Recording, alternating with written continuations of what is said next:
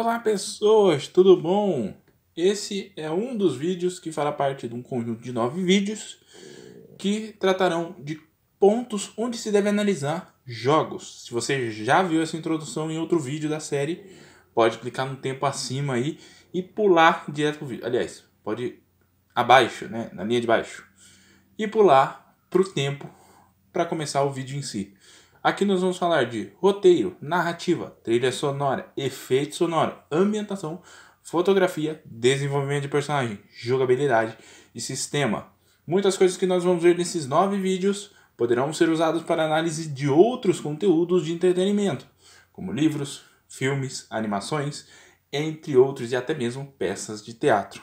Então, fica aí e vamos curtir essa bela e maravilhosa história sobre como analisar as coisas. Hoje nós vamos falar da ambientação, essa parte muito importante de qualquer jogo, já que mesmo que o gráfico não seja algo chamativo, a ambientação tem que ser algo carismático e que acompanhe a temática do seu produto, da sua apresentação. E ela é dividida em 4 partes simples. A gente vê muito por aí ambientações mal desenvolvidas, mal trabalhadas, mal colocadas ou até mesmo vazias. E como ela é dividida? Primeiro, a localização. Essa é a parte mais simples de tudo. Por quê? Nossa localização diz respeito às cidades e construções, como templos, vias, cidades em geral. Não precisa ser moderna, logicamente, né? Então, dependendo da temática, a localização, que são os ambientes ali, né, os ambientes de construção, vão ser diferentes para cada temática. Só que, como a gente sabe que uma localização está bem feita ou mal feita? Cidades bem distribuídas, com NPCs em uma quantidade razoável que demonstra que a cidade tem vida, casas que demonstram que os NPCs moram realmente naquela cidade, ruínas que mostram que tem uma conexão com a temática e a história, não ruínas aleatórias. Tem construções medianas como moinhos, casas de fazenda. Esse tipo de coisa aumenta a qualidade da localização. A segunda parte é a nossa flora. O que é a flora, tá? Para quem não estudou, não conhece, flora é a parte das plantas e folhas, flores, alga, Vitória Régia, tudo isso aí. A flora, como a gente sabe se ela tá melhor? Ela tem que ser mais viva, exceto, logicamente, se você, por exemplo, tem uma temática de deserto. Então, a maioria da flora ela vai ser mais morta, mais soturna. E a flora também interagir com o mapa, né? Se conectar ao mapa. Se colocar um monte de árvore grande e é um pasto descampado, não faz sentido nenhum. Muitos detalhezinhos ali que vão agregar a nossa construção de mapa de ambiente. A terceira coisa é a fauna, esses animais, o mundo em si. Isso aqui a gente pode relevar dependendo do tipo de mundo que nós estamos vendo, porque alguns mundos a fauna não existe mais, ou a fauna daquele lugar onde você existe é muito pequena. Então serão os inimigos que você vai enfrentar, ou coisa do gênero. Jogos que exploram muito bem a fauna. Jogos de luta em chute, como Destiny, como também Borderlands. Destiny é um pouco menos porque o mapa em si é basicamente morto por causa das espécies que invadiram, né? Das espécies alienígenas que invadiram.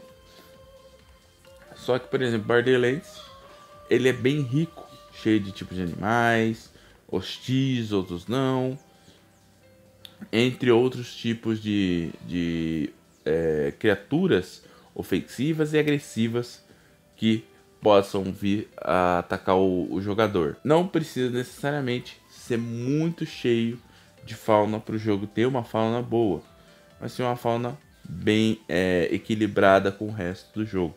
Lembrem-se que jogos, nem todos eles podem ter fauna por N motivos, como é o caso, por exemplo, de Call of Duty, porque não faz sentido, apesar de ter uma narrativa ali, uma ambientação no geral, para fazer sentido dentro do jogo. E o quarto e último, que complementa os outros três, é a ornamentação. Você já deve ter jogado algum jogo, por exemplo, de cidade, onde você passa em um lugar e tem latas de lixo, saco de lixo, placas, animais passando, às vezes muro pichado, um detalhe, um senhorzinho varrendo o chão. A ambientação, ela é tudo isso. Os outros três vão compor a base geral. A gente vai olhar e vai analisar se aquilo está combinando com o jogo e se está bem colocado dentro do jogo. Não fora de mão, nem de contexto, nem nada. E com essa quarta opção, né, que seria a ornamentação, nós vamos ver se tudo se encaixa melhor, se encaixa bem, se funciona, porque isso vai deixar o jogo visivelmente agradável e mais chamativo para o jogador. Então, o jogador vai querer jogar, vai querer explorar, se olhar, né? Eu vou pôr algumas fotos de jogos com ambientação chamativa e bonita que eu tenho aqui, né? Para vocês verem o que uma ambientação bonita pode ser, pode chamar atenção, né? Detalhes que chamam atenção no geral. Existem pequenos detalhezinhos na ambientação que você só repara quando você está muito perto. Então você tem que sempre dar uma olhada a mais em toda a ambientação para você ver se ela é boa ou não. Uma coisa que acontece muito é a maquiagem ambientada. A ambientação é usada para maquiar problemas ou até dificuldades que os produtores tiveram para poder transformar aquilo em algo útil. Então, por exemplo, eles colocam uma casa onde houve algum problema de desenvolvimento, rochas para dificultar o seu acesso a uma área que eles não conseguiram ainda terminar. Até mesmo já viu eles usarem fogo para bloquear uma seção onde você não poderia ter acesso ainda, porque eles ainda estavam arrumando em jogos aí que tinham algum problema de desenvolvimento, de espaço, de evolução, de construção. Então, tudo isso faz parte da ambientação. Como eu analiso a ambientação em jogos que não são mundo aberto e também não são jogos com gráficos excepcionais, né? Visão lateral, banner up, coisa assim. Você tem que ver duas coisas.